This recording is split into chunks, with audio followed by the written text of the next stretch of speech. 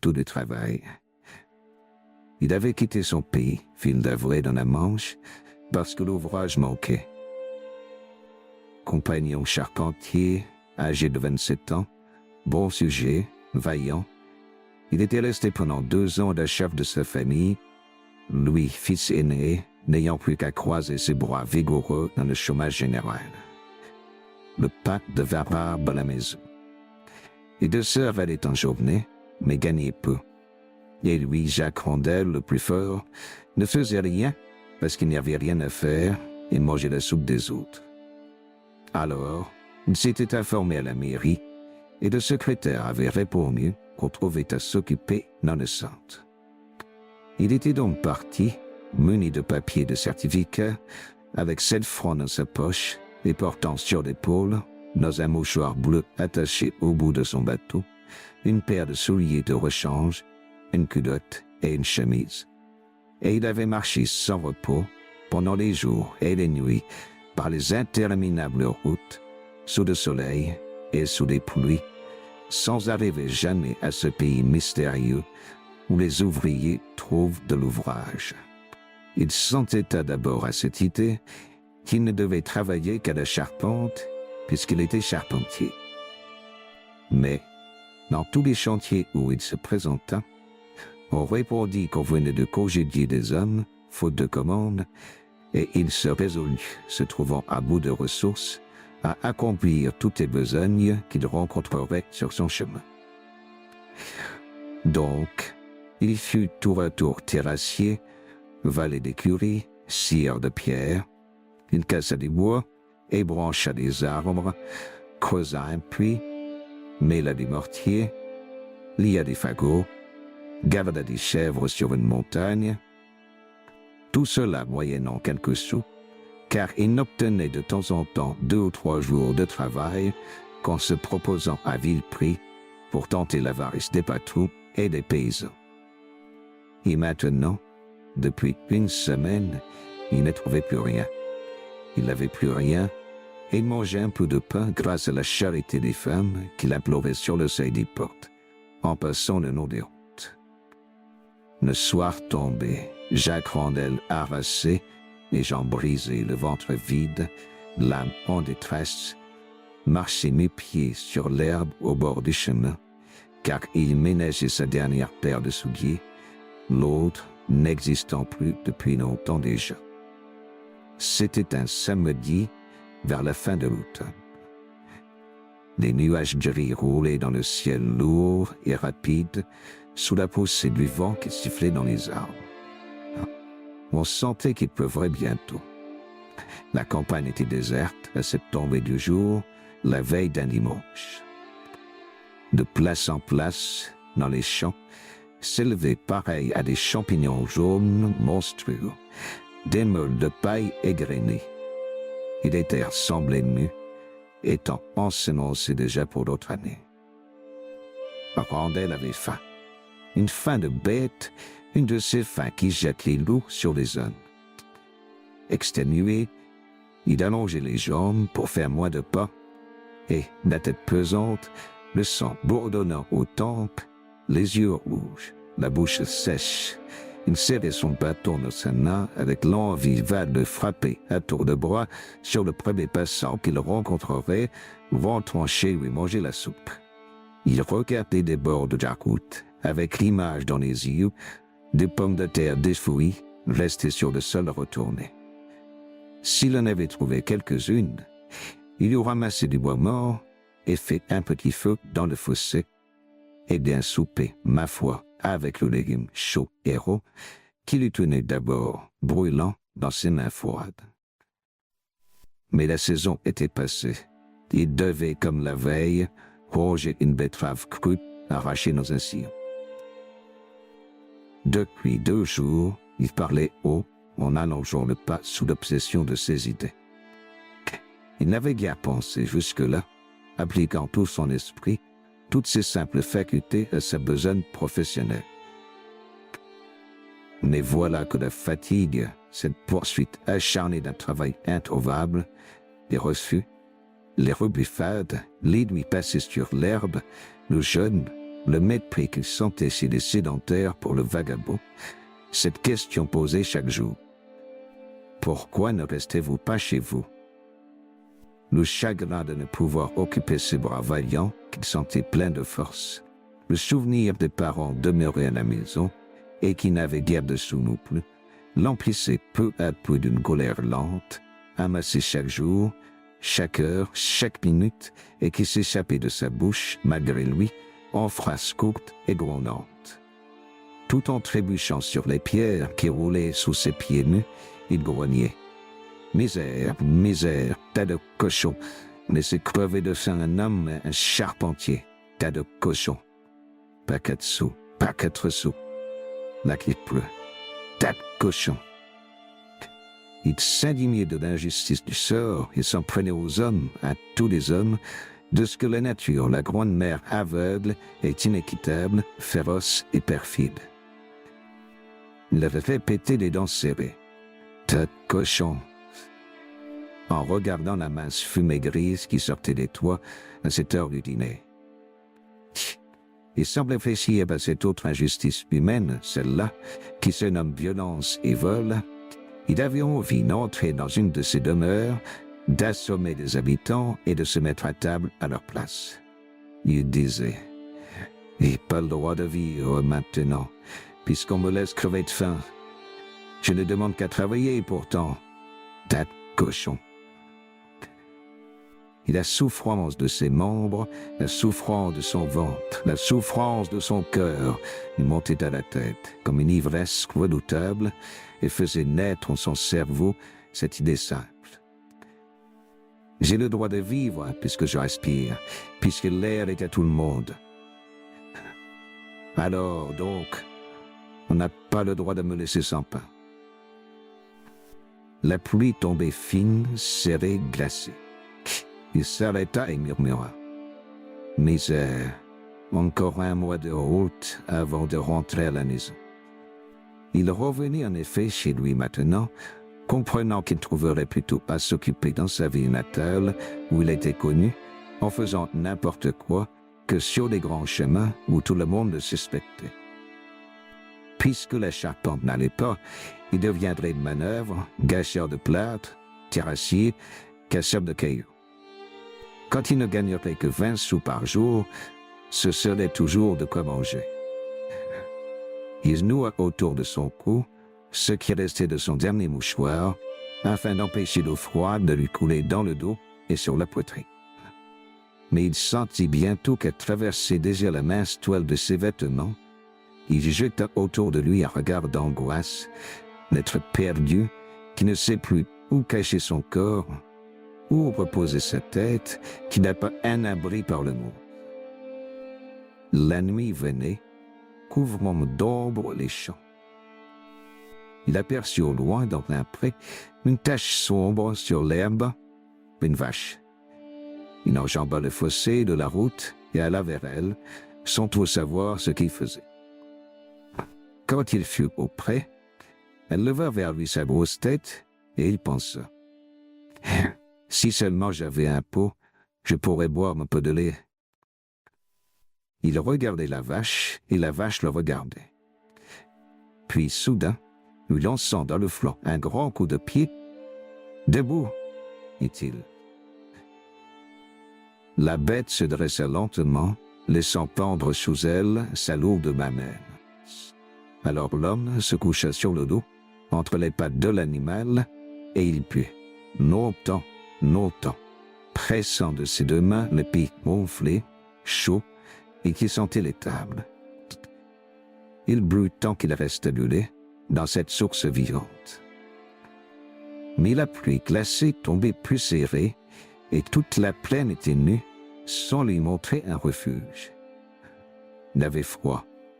Il regardait une lumière qui brillait entre les arbres, à la fenêtre d'une maison.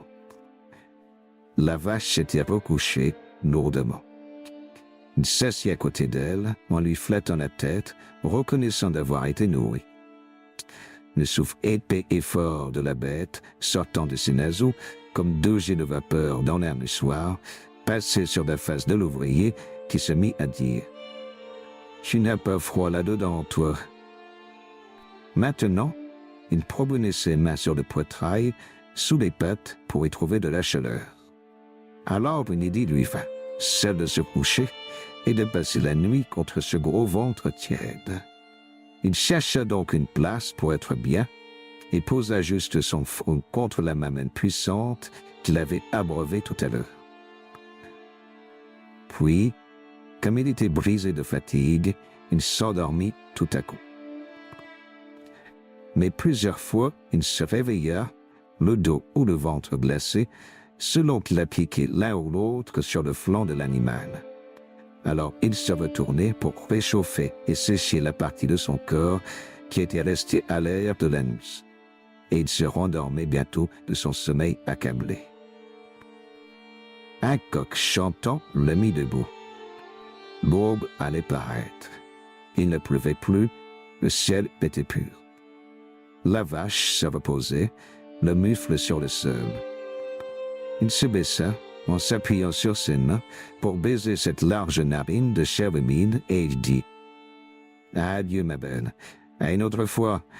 T'es une bonne bête. Adieu. » Puis, il mit ses souliers et s'en alla. Pendant 2 heures, il marcha devant lui, suivant toujours la même route. Puis, une lassitude l'envahit si grande qu'il s'assit dans l'herbe. Le jour était venu. Les cloches des églises sonnaient, des hommes en blouse bleue, des femmes en bonnet blanc, soit à pied, soit montés en des charrettes, commençaient à passer sur les chemins, allant au village voisin, fêter le dimanche chez des amis, chez des parents. Un gros paysan parut, poussant devant lui une vingtaine de moutons inquiets et bêlants qu'un chien rapide maintenait en troupe. Randel se leva, salua. « Vous n'oubliez pas du travail pour un ouvrier qui meurt de faim ?» dit-il. L'autre répondit en jetant au vagabond un regard méchant. « Je n'ai point de travail pour les gens que je rencontre sur les routes. » Et le charpentier retourna s'asseoir sur le fossé. Il attendit longtemps, regardant défiler devant lui les campagnards et cherchant une bonne figure, un visage compatissant pour recommencer sa prière. Il choisit une sorte de bourgeois en redingote dont une chaîne d'or ornait le ventre. « Je cherche du travail depuis 2 mois, dit-il. Je ne trouve rien. Je n'ai plus un sou dans ma poche. » Le demi-monsieur répliqua. « Vous auriez dû lire l'avis affiché à l'entrée du pays. La mendicité est interdite sur le territoire de la commune. Sachez que je suis le maire, et si vous ne filez pas bien vite, je vais vous faire ramasser. » Randel, que la colère gagnait, murmura. « Faites-moi ramasser si vous voulez. J'aime mieux cela, je ne mourrai pas de faim. » Et il retourna s'asseoir sur son fossé. Au bout d'un quart d'heure, en effet, 2 gendarmes apparurent sur la route. Ils marchaient lentement, côte à côte, bien en vue, brillant au soleil avec leurs chapeaux cirés, leurs buffleteries jaunes et leurs boutons de métal, comme pour effrayer les malfaiteurs et les mettre en fuite de loin, de très loin. Le charpentier comprit bien qu'il venait pour lui. Mais il ne remua pas, saisi soudain d'une envie sourde de les braver, d'être pris par peau et de se venger plus tard. Ils approchaient sans paraître l'avoir vu, allant de leurs pas militaires, lourds et balancés comme la marche des oies. Puis tout à coup, en passant devant lui, ils eurent l'air de le découvrir, s'arrêtèrent et se mirent à le dévisager d'un œil menaçant et furieux. Et le brigadier s'avança en demandant « Qu'est-ce que vous faites ici ?» L'homme répliqua tranquillement « Je me repose. Nous venez-vous ?» S'il fallait vous dire tous les pays où j'ai passé, j'en aurais pour plus d'1 heure. Où allez-vous? La ville d'Avalet. Et où c'est-il ça? Dans la Manche. C'est votre pays? C'est mon pays. Pourquoi n'êtes-vous parti? Pour chercher du travail. Le brigadier se retourna vers son gendarme et dit en colère d'un homme que la même supercherie finit par exaspérer. Ils disent tous ça, ces bourres-là, mais je la connais, moi. Puis il reprit. Vous avez des papiers? Oui, j'en ai. Donnez-les. Randel prit dans sa poche ses papiers, ses certificats, de pauvres papiers puisés et sales qui s'en allaient en morceaux, et les tendit au soldat.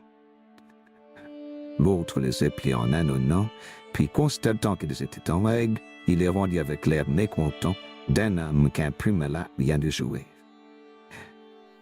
Après quelques moments de réflexion, il demanda de nouveau. « Vous avez de l'argent sur vous? »« Non. »« Rien? »« Rien. »« Pas un sou seulement? »« Pas un sou seulement. »« De quoi vivez-vous alors? »« De ce que me donne. »« Vous mendiez alors? » Randel répondit résolument. « Oui, quand je peux. » Mais le gendarme déclara. « Je vous prends en flagrant délit de vagabondage et de mendicité, sans ressources et sans profession, sur la route, et je vous enjoins de me suivre. » Le charpentier se leva. « Où est-ce que vous voudrez, dit-il. » Et en se plaçant entre les deux militaires, avant même d'en recevoir l'ordre, il ajouta. « Allez, coffrez-moi, ça me mettra un toit sur la tête quand il pleut. » Et ils partirent vers le village, dont on apercevait des tuiles à travers des arbres dépouillés de feuilles, à un quart de lieue de distance. C'était l'heure de la messe quand ils traversèrent le pays. La place était pleine de monde, et deux se formèrent aussitôt pour voir passer le malfaiteur qu'une troupe d'enfants excités suivait. Paysans et paysannes le regardaient, cet homme arrêté entre deux gendarmes, avec une haine allumée entre les yeux et une envie de lui jeter des pierres, de lui arracher la peau avec les ongles, de l'écraser sous leurs pieds. On se demandait s'il avait volé et s'il avait tué. Le boucher, ancien spahis, affirma. « C'est un déserteur. » Le débitant de tabac crut le reconnaître pour un homme qui lui avait passé une pièce faux de 50 centimes le matin même, et le quincaillier vit en lui indubitablement l'introuvable assassin de la veuve Madé que la police recherchait depuis 6 mois. Dans la salle du conseil municipal, où les gardiens le firent entrer, Randel retrouva le maire, assis devant la table des délibérations et flanqué de d'instituteurs. « Ah ah !» s'écria le magistrat. « Voilà, mon gaillard. Je vous avais bien dit que je vous ferais coffrer. » « Eh bien, brigadier, qu'est-ce que c'est ?» Le brigadier répondit. « Un vagabond sans feu ni lieu, monsieur le maire, sans ressources et sans argent sur lui, à ce qu'il affirme, arrêté en état de mendicité et de vagabondage, muni de bons certificats et de papiers bien en règle. »« Montrez-moi ces papiers, » dit le maire. Des pris, les lut, les relut, les rendit, puis ordonna. « Fouillez-le. » On fouilla Randel, on ne trouva rien. Le maire semblait perplexe, il demanda à l'ouvrier. « Que faisiez-vous ce matin sur la route ?»« Je cherchais de l'ouvrage. »« De l'ouvrage? Sur la grande route? Comment voulez-vous que j'en trouve si je me cache dans les bois ?» Ils se dévisageaient tous les deux avec une haine de bêtes appartenant à des races ennemies. Le magistrat reprit. « Je vais vous faire mettre en liberté, mais que je ne vous y reprenne pas. » Le charpentier répondit. « J'ai mieux que vous me gardiez. J'en ai assez de courir les chemins. » Le maire prit un air sévère. « Taisez-vous. » Puis il ordonna aux gendarmes. « Vous conduirez cet homme à 200 mètres du village et vous le laisserez continuer son chemin. » L'ouvrier dit « Faites-moi donner à manger ou au moins… » L'autre fut indigné. « Il ne manquerait plus que de vous nourrir. Ah ah, elle est forte celle-là. » Mais Randel reprit avec fermeté. « Si vous me laissez encore crever de faim, vous me forcerez à faire un mauvais coup. Tant pis pour vous autres, les gros. » Le maire s'était levé et il répéta. « Emmenez-le vite, parce que je finirai par me fâcher. » Les deux gendarmes saisirent donc le charpentier par les bras et l'entraînèrent.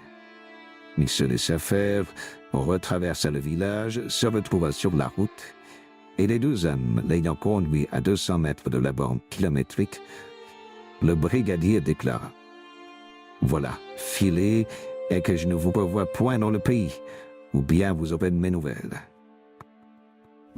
Et Randel se remit en route sans rien répondre, et sans savoir où il allait. Il marcha devant lui un quart d'heure ou 20 minutes, tellement abruti qu'il ne pensait plus à rien.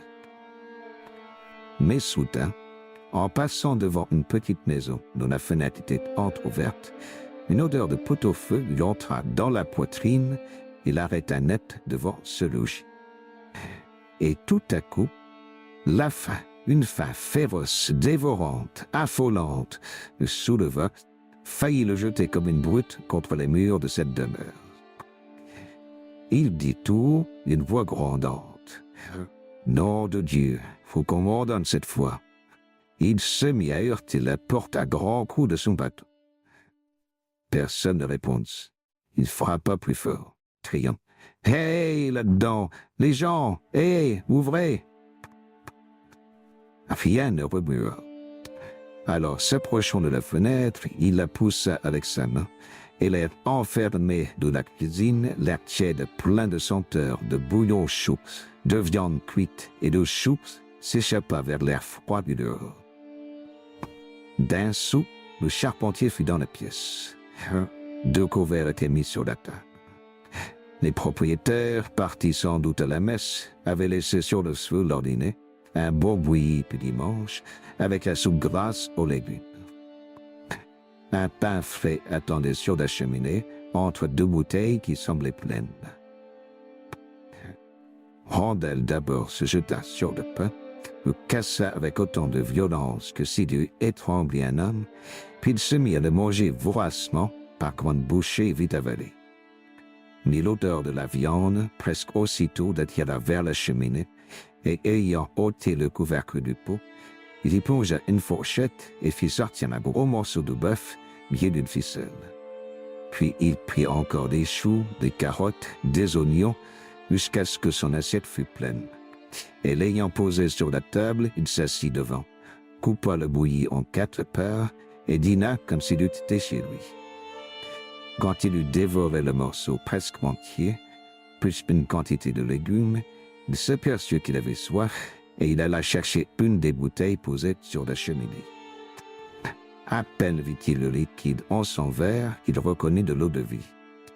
Tant pis, c'était chaud, cela lui mettrait du feu dans les veines, ce serait bon après avoir bu si fort.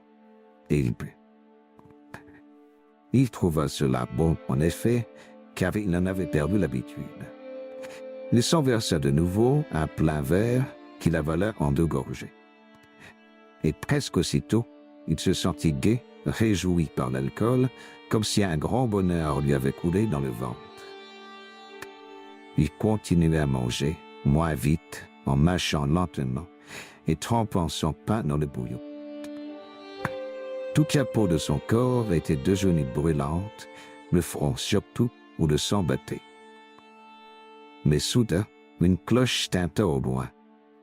C'était la messe qui finissait, et un instinct plutôt qu'une peur, l'instinct de prudence qui guide et rend perspicace tous les êtres en danger, fit se dresser le charpentier qui mit dans une poche le reste du pain, dans l'autre la bouteille d'eau de vie, et à pas furtif gagna la fenêtre et regarda la route. Elle était encore toute vide. Il sauta et se remit en marche, mais au lieu de suivre le grand chemin, il fuit à travers champs vers un bois qui l'apercevait. Il se sentait alerte, fort, joyeux, content de ce qu'il avait fait, et tellement souple, il sautait les coupures des champs, à pieds joints, d'un seul bond. Dès qu'il fut sous les arbres, il tira de nouveau la bouteille de sa poche et se remit à boire par grande lampée tout en marchant. Alors ses idées se brouillèrent, ses yeux devinrent troubles, ses jambes élastiques comme des ressorts. Il chantait la vieille chanson populaire. « Ah, qu'il fait donc beau cueillir la fraise !» Il marchait maintenant sur une mousse épaisse, humide et fraîche, et ce tapis doux sous les pieds lui donna des envies folles de faire la culbute comme un enfant. Il prit son élan, cabriola, se releva, recommença. Et entre chaque pirouette, il se remettait à chanter. « Ah, qu'il fait donc beau cueillir la fraise !» Tout à coup, il se trouva au bord d'un chemin creux. Il aperçut dans le fond une grande fille, une servante qui rentrait au village, portant aux mains 2 seaux de lait, écartés d'elle par un cercle de briques. Il la guettait, penché, les yeux allumés comme ceux d'un chien qui voit une caille. Elle le découvrit, leva la tête, se mit à rire et lui cria. « C'est-il vous qui chantiez comme ça ?» Il ne répondit rien et sauta dans le ravin, bien que le talus fût haut de 6 pieds au moins. Elle dit, le voyant soudain debout devant elle, « Restez, vous m'avez fait peur. » Mais il ne l'entendait pas. Il était ivre. Il était fou, soulevé par une autre rage plus dévorante que la faim, enfiévré par l'alcool, par l'irrésistible furie d'un homme qui manque de tout, depuis 2 mois, et qui est gris, et qui est jeune, ardent, brûlé par tous les appétits que la nature a semés dans la chair vigoureuse des mains. La fille reculait devant lui, effrayée de son visage, de ses yeux, de sa bouche entr'ouverte, de ses mains tendues. Il la saisit par les épaules, et sans dire un mot, la prébuta sur le chemin. Elle laissa tomber ses seaux qui roulèrent à grand bruit en répandant leur lait, puis elle cria. Puis, comprenant que rien ne servirait d'appeler dans ce désert, et voyant bien qu'à présent qu'il ne voulait pas à sa vie, elle céda, sans trop de peine, pas très fâché, car il était fort, le gars, mais pas trop brutal vraiment. Quand elle se fut relevée, l'idée de ses seaux répandus l'emplit tout à coup de fureur, et ôtant son sabot d'un pied, elle se jeta à son tour sur l'homme pour lui casser la tête s'il ne payait pas son lait. Mais oui, se méprenant à cette attaque violente, un peu dégrisé, éperdu, épouvanté de ce qu'il avait fait, se sauva de toute la vitesse de ses jarrets, tandis qu'elle lui jetait des pierres, dont quelques-unes l'atteignirent dans le dos. Il courut longtemps, puis il se sentit là comme il ne l'avait jamais été. Ses jambes devenaient molles à ne le plus porter. Toutes ses idées étaient brouillées, il perdait souvenir de tout, ne pouvait plus réfléchir à rien. Et il s'assit au pied d'un arbre. Au bout de 5 minutes, il dormait. Il fut réveillé par un gros choc, et ouvrant les yeux, il aperçut 2 tricornes de cuir verni penchés sur lui, et les 2 gendarmes du matin qui lui tenaient et lui liaient les bras.